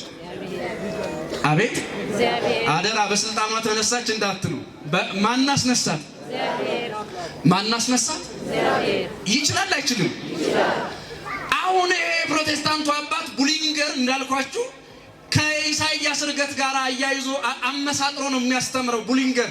እና ልጆቹ ግን ምን ይላሉ? ዛሬ እኛን ልጆቹ የሱ ልጆች በዚህ ዘመን ምን ይላሉ? ደግሞ ይኸው የኢየሱስን ትንሣኤ ለመሸፈን ይኸው ደግሞ ድንግል ማርያም ተነሳች ይላሉ። ኤልያስ ሳርግ ሳይጋርድህ ኤልያስ ወደ ሰማይ ሲነጠቅ ካልጋረደ የድንግል ማርያም ትንሣኤ የሚጋርድ አንተ ማን ነው? አንዳንዱ ሰውማ ለቅዱሳን መላእክትና ለእመቤታችን ካለው ጥላቻ አሁን ለምሳሌ ቅዱስ ሉቃስ እንደጻፈው ማቴዎስ በሉቃስ ወንጌል ምዕራፍ 1 ላይ ቅዱስ ካህኑ ዘካርያስን ሲያበስረው እኔ በእግዚአብሔር ፊት የምቆመው ገብርኤል ነኝ። በማን ፊት የምቆመው? በማን ፊት? አትጋርደንም እንዴ ብሎ ሐሳብ የሚያመጣ እኮ እዚህ ዘመን ሰው አለ። በእግዚአብሔር ፊት ሲቆም እሱ ሊጋርደው ማለት ነው። ዞር በልልኝ። ክርስቲያኖች የሚጋረድና የሚሸፈን አምላክ ቢሆን ነው ኤልያስ ርገት አይጻፍም ነበር። አሃ ኤልያስ ርገትማ ተጽፏል፣ ግን አይጋርድም። ለምን? ስለተጻፈ። የተጻፈ ርገት አይጋርድም ማለት ነው። ክርስቲያኖች ደጋግሜ እላችኋለሁ፣ ለመጨረሻ ጊዜ እንዳትረሱት አድርጌ ይችን ቃል ብቻ ልንገራችሁ። ድንግል ማርያም ተወለደች ከሐና ከኢያቄም የሚል በመጽሐፍ ቅዱስ ተጽፏል አልኳችሁ ወይስ አልተጻፈም አልኳችሁ? አቤት አልተጻፈም። በብሉይ ኪዳን ግን በትንቢት ቃል ተነግሯል አልተነገረም? ለምሳሌ ነቢዩ ዳዊትን ምስክር አድርገናል። ታዲያ በሐዲስ ኪዳን ትንሣኤዋ ስላልተጻፈ ያልተጻፈ ነገር አትንገሩን የሚሉ ሰዎች ተወለደች የሚለውን የሚካዱ ለምን? ስላልተጻፈ። ለምን አልኳችሁ? ድንግል ማርያም ተወለደች የሚል ምን አልተጻፈም። እሱንም አብረው ይካዱ።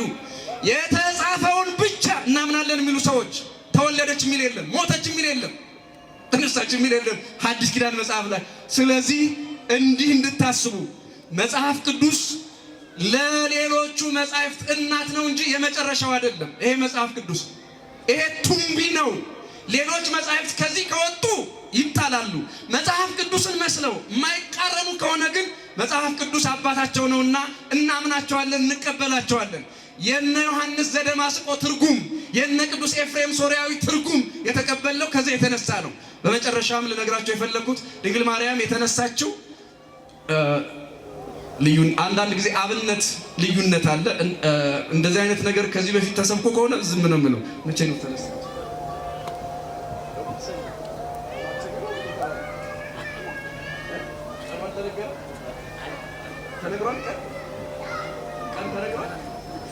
እሺ ለምሳሌ የአብነት ልዩነት አለ። አብነት ማለት አሁን አልነግራችሁ ከቦታ ቦታ ልክ ላይ ቤት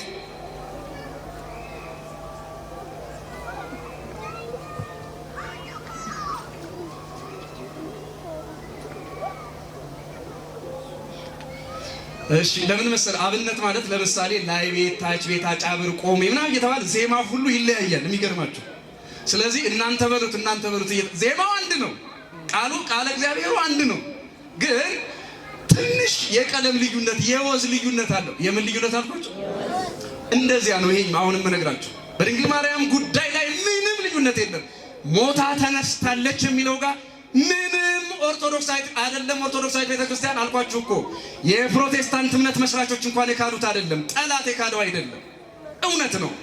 ግን እኔ አሁን ሌላ የምትወዛገቡበት ይሄ አብነት ምናምን ቅድም እንዳልኳችሁ ልክ እንደ ዜማ ሁሉ እዚህም ያለው ልዩነት ወደ እናንተ እንዲመጣ አልፈልግም። አንዱ እውነት ግን ድንግል ማርያም የተነሳችው በዕለተ እሁድ ነው። መቼ አልኳችሁ? አቤት ልነግራችሁ የምፈልገው ስለ ቀን አይደለም፣ መቼም ልትነሳ ትችል ይሆናል። ዕለተ እሁድ ማለት በኦርቶዶክስ ተዋሕዶ ቤተክርስቲያን ምን ማለት እንደሆነ ትንሽ ልነግራችሁ ፈልጌ ነው። ሁሉም ቀናት ያልፋሉ። ከሰኞ እስከ ቅዳሜ ያሉት ቀናት በሙሉ ያልፋሉ። ምን ይላሉ አልኳችሁ? አቤት ያልፋሉ። የማታልፈዋ ዕለት ማናት? ማን ቀረች ማለት ነው? አቤት ዕለተ እሁድ። ክርስቶስ ይህንን ዓለም ለማሳለፍ የሚመጣው መቼ ይመስላችኋል? ሰኞ፣ ማክሰኞ፣ ረቡዕ ወይስ ቅዳሜ እሁድ? አቤት ይህ ዓለም የተፈጠረው እሁድ ወይስ ሰኞ? ዓለም የተፈጠረ በዕለተ እሁድ ነው። የሚያልፈውም መቼ ነው ማለት ነው? በዕለተ እሁድ ነው። ምንጭ አምጣ ያላችሁ እንደሆነ አትናቴዎስ ይመስክርልን። አትናቴዎስ እንዲህ ይላል፣ ኦ አብዳት ዕለታት ነአኬ ወድሳሃ ለዕለተ ሰንበት፣ እናንተ ሙታን ዕለታት፣ እናንተ ሰነፎቹ ዕለታት ኑ ሰንበትን ዕለተ እሁድን አመስግኗት ይላል። እስኪ ከሊቁ ጋር አብራችሁ በሉ፣ እናንተ ሰነፎች ዕለታት በሉት። ኑ ሰንበትን አመስግኗት።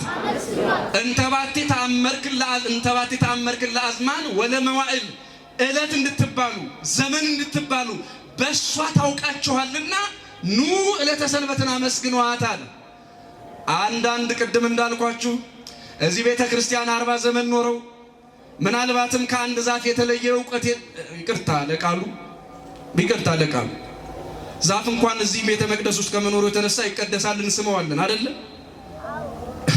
ውሃ እንኳን ቤተ መቅደስ ሲገባ ይለወጣል፣ ጠበል ሆኖ እንጠጣዋለን፣ እንፈወስበታለን። የአንዳንድ ሰዎች ኑሮ በጣም ያሳዝነኛል። ቤተ ክርስቲያን ውስጥ ለካ ሰንበት ሲባል ሲዘመር የሚመስላቸው ያን ያህል ዘመን ለቀኑ ለሚመሸው ለሚነጋው ቀን ይመስላቸው አይደለም። ሙታን የሚነሱበት ይሄ ቀን ሙታንን ከሚያስነሳው ከክርስቶስ ጋር የተገናኘ ምስጢር አለው። ድንግል ማርያም እናታችን እመቤታችን እሷ በዕለተ እሁድ ተነሳች ስንል አማናዊ የሰው ልጆች ትንሣኤ የሚፈጸመው ክርስቶስ በሚመጣበት ቀን ነው። ክርስቶስ የሚመጣው መቼ ነበር ያላችሁ? አቤት አሁን ለዕለተ ሰንበት ይዘመራል። በነገራችን ላይ ዓለም ብቻ አይደለም የተፈጠረ በዕለተ ሰንበት። ክርስቶስ የተጸነሰው በዕለተ ሰንበት ነው። ክርስቶስ ከሞት የተነሳው በዕለተ ሰንበት ነው። ክርስቶስ ይህንን ዓለም ለማሳለፍ ያው እንዳላችሁት የሚመጣው በዕለተ ሰንበት ነው። ስለዚህ የትንሣኤያችንን ዜና የሰማነው የአዲሱ ሕይወታችንን ብስራት የሰማነው በዕለተ እሁድ ነው። ክርስቶስ ተነሳ የሚለው የእኛም ትንሣኤ የሚፈጸመው ክርስቶስ በተነሳበት ዕለት ነው። ድንግል ማርያምም የተነሳችው ክርስቶስ በተነሳበት ዕለት ነው፣ እሁድ ማለት ነው። ታዲያ ቤተ ክርስቲያናችን ለሰንበት ስትዘምር አንዱ ወዳጃችንን በለው ያው መንገለ ሬሳ ሀዊነ ሙንቱ ይላቸዋል ቅዱስ ጳውሎስ አይሁድን። በያዕቆብ ወገን በኩል ወንድሞቼ ናችሁ፣ ወመንገለ ወንጌል ጸርነ ሙንቱ፣ በወንጌል በኩል ግን ጠላቶቻችን ይላቸዋል። አይሁድን እኮ ነው። በአዳም በኩል ወንድሞቻችን አሉ። ምን ይላሉ እነዚህ ኦርቶዶክሶች? እኮ ለሰንበት አዚሳማ ሰንበት ምናምን እያሉ ለሰንበት ይዘምራሉ። ለቀን ጽላት ቀርጸዋል ይሉናል። ወይ አለማወቅ። ሰው እንዴት 40 ዘመን ኖሮ ቢያንስ ስለ ሰንበት አያውቅም? አያሳዝንም? ሰንበት ማለት እረፍት ማለት ነው። አጭሩ ትርጓሜ ሰንበት ማለት ምን ማለት ነው አልኳችሁ? እረፍት። እንደዛ እንዳይመስላችሁ። እረፍት የምንለው ማቴዎስ ምዕራፍ 11 ላይ እናንተ ሸክማችሁ የከበደ ወደ እኔ ኑ እኔም ምን እላችኋለሁ? አቤት። ሰንበት የምንለው ይሄንን አሳራፊ ጌታ ነው። ዓለምን የፈጠረ በዕለተ እሁድ የተጸነሰ በዕለተ እሁድ የተነሳ ይህንን ዓለም አሳልፎ በክብር በዕለተ ሰንበት የሚወስደንን ጌታ ነው ሰንበት የምንለው። ራሱ ድርሳነ ሰንበት የሚለውን መጽሐፍ እንኳን ምን አለ ቢያነቡት። ከዚህ መጽሐፍ ቅዱስ ጋር የማይቀረን ተመሳሳይ ቃል ደግሞ ምን ይላል? ሰንበትሰ ኢኮነት ዕለተ አላ አነ ውእቱ። ሰንበት ማለት ዕለቱ አይደለም እኔ ነኝ ይላል። ሰንበት ማለት የሚመሸው የሚነጋው ቀን አይደለም። ማን ነው አለ ሰንበት? ስለዚህ ምናልባት ወጣቶች ሚዲያ ላይ ሰማችሁት፣ ለሰንበት ለዚህ ለሚመሸውና ለሚነጋው ቀን ጽላት አልተቀረጸም። ውሸት ነው። የማያውቁ ሰዎች ቤተ ክርስቲያን ላይ እንደ ከበሮ የነበሩ ሰዎች፣ አሁን ከበሮ ረጅም ዘመን እዚህ ውስጥ ይኖራል። ይጮሃል አይጮህም? ከበሮ ግን ምን ቃል እግዚአብሔር እየተባለ እንደሆነ ያውቀዋል አያውቀውም? ያውቀዋል።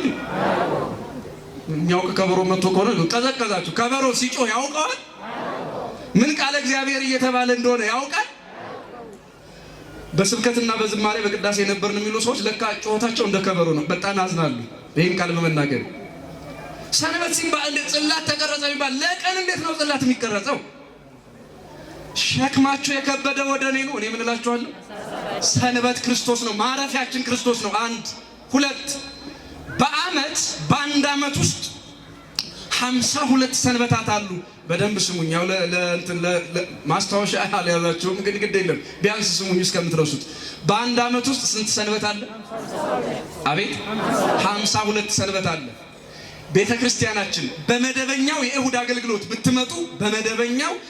አገልግሎት ብትመጡ ከመጀመሪያው እስከ መጨረሻው ዕጣነ ሞገሩ ድረስ 52 ምስጋና አላት ቅድስት ቤተ ክርስቲያን። ስንት ምስጋና?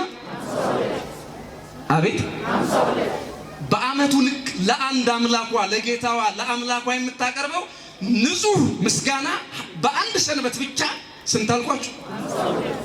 በዓመቱ ሰንበታት ልክ ማለት ነው። ከዚያ ደግሞ ሰንበታት ብላ ቤተክርስቲያን ታከብራለች። በአንድ ዓመት ውስጥ 4 ሰንበታት አሉ። አሁን ለምሳሌ ሚካኤል በዓል በየወሩ አለ አይደለ? ዓመታዊው ደግሞ ይለያል አይደለ? ወይም የቅዱስ ገብርኤል እንደዚያ በየወሩ የምናከብራቸው ደግሞ ዓመታዊ ብለን የምናከብራቸው ልክ ሰንበትም በዓመት 4 ጊዜ ዓመታዊ በዓል አላት። ሰንበታት ይባላል። ሰንበታት ብለን የምናከብረው ጆሮ ለሌለው ቀኑ አይደለም፣ ዓይን ለሌለው ቀን አይደለም። ቀኑን ለቀደሰው ቀኑን ማረፊያ ላደረገው የእውነትም ማረፊያችን ለሆነው ለክርስቶስ ለአምላካችን ነው ቤተክርስቲያን የምትዘምረው ሰንበት እያለች። ግን ምን ይሆናል? ክርስቶስን ረስታ ማርያም፣ ሚካኤል፣ ገብርኤል። አሁን እዚያ ቤት ዝማሬ ብናይ እንደው እስኪ ዛሬ ምን እያሉ ይዘምራሉ ብዬ እኔ አንድ ቀን ተሳስቼ ከፍቼ እኔ አጋጣሚ ሆኖ ይሁን አላቅም ነገር ሲፈልገኝ እርር በል ጠላት የሚል መዝሙር ነው የሰማሁት። ታውቁታላችሁ ማለት ነው። ምን ያደርግላችኋል?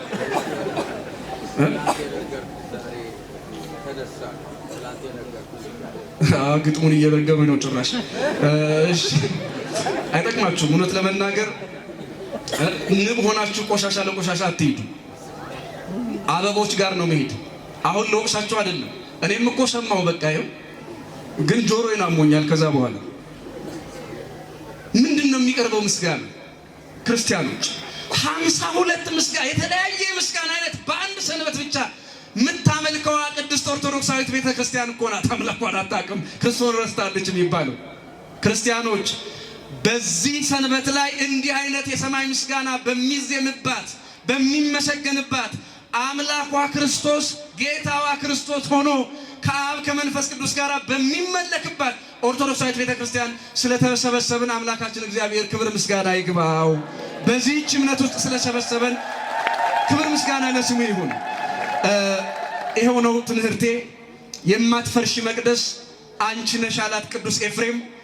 እኛ ደግሞ ኃጢአት ያፈረሰን፣ ፖለቲካ ያፈረሰን፣ ቋንቋ ያፈረሰን እዚህ ምድር ላይ ምን ያልፈረሰብን ነገር አለ? በርካታ ነገሮቻችን ፈርሰዋል። ድንግል ማርያም እናታችን በቃል ኪዳኗ ትስራን። የፈረሰ ሕይወታችንን በአማላጅነቷ ትስራን። እኛ የምናምነው ስለ ድንግል ማርያም ይሄ ነው። እኛ የምናምነው ስለ እናታችን ይሄ ነው። እናታችን ቅድስት ድንግል ማርያምን ስናስብ ወደ አይምሯችን የሚመጣው ይሄ ነው። ድንግል ማርያም ልጇ አስነሳትና ደሞ እኔማ እነዚህ የኮበለሉ መርጌቶችን ሳስብ ብዙ ነገር ነው የሚመጣብኝ። እስኪ መጨረሻ አንድ ጥቅስ ፍቀዱልኝ። ዝማሬ የሚባላልና አውቃለሁ ብሎ አንዱ ምን ይላል? እነዚህ ኦርቶዶክሶች እንግዲህ ስለ ትንሣኤ የሚሉትን እሰማለሁ አለ። ምን አለ? ወነበረት ዘምስለ ወልዳ በየማነ አብ ወመንፈስ ቅዱስ ይላል። ይኸው ከአብ ጋር አስቀመጧት ይላል። ይህንን ተርጉሞ ማለት ነው። ከአብ ጋር አስቀመጧት ወነበረት በየማነ አብ ስለሚል በአብ ቀኝ ተቀመጠች ይላል። እውነቱን ነው ቃሉ። ግን እሱ የመሰለው እዚህ ጋር አብ፣ እዚህ ጋር ወልድ፣ እዚያ ጋር መንፈስ ቅዱስ፣ ከዛ እዛ ጋር ድንግል ማርያም የተቀመጠች እምንል የመሰለው። በየማነ አብ ማለት በክብር የማን ይውላችሁ። ያኔ መድኃኒታችን ኢየሱስ ክርስቶስ ጻድቃንን በቀኙ ያቆማል ይላል። መጥቶ እዚህ ጋር ቀኝ እዚህ ጋር ግራ እያለ ቀኝና ግራ የሚያሰልፍ እንዳይመስላችሁ። ጻድቃንን በክብር ያስነሳል ማለት ነው። ቀኝ ማለት ኃጥአንን በግራ ያቆማል ማለት በሐሳር ክብር በሌለው ትንሣኤ ያስነሳል ማለት ነው እንጂ እንደ ምድራዊ ባለስልጣን ወንበር ዘርግቶ እናንተ ደግሞ እያለ እጅ የሚቀስር እንዳይመስላችሁ። እንደዚህ አይደለም። በቀኝ ማለት በምን ማለት ነው አልኳችሁ? አቤት በክብር ማለት ነው። በግራ ማለት ደግሞ በሐሳር በምን አልኳችሁ? ጉስቁልና ማለት እኮ ነው። ስለዚህ ድንግል ማርያም በአብ ቀኝ ተቀመጠች ከልጇ ከመንፈስ ቅዱስ ጋር ማለት እስኪ እናንተ ተርጉማችሁ ነገር በምን ተቀመጠች ማለት ነው? አልነገራችሁም? በክብር ማለት ነው እንጂ እዚህ ጋር አብ፣ እዚህ ጋር ወልድ፣ እዛ ጋር መንፈስ ቅዱስ፣ እዛ ጋር ድንግል ማርያም ማለት ይሄንን ሳያውቁ ነው ቤተክርስቲያን የሚተቹት። ለነሱ ልብ ይስጥልን።